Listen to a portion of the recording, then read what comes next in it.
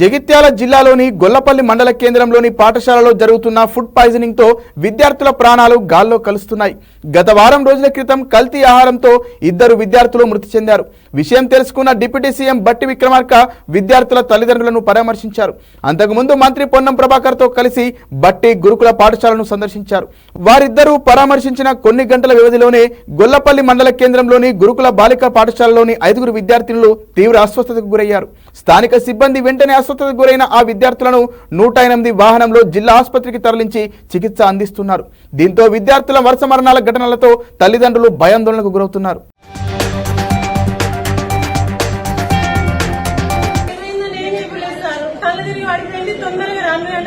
అంటే ఏ స్కూల్లో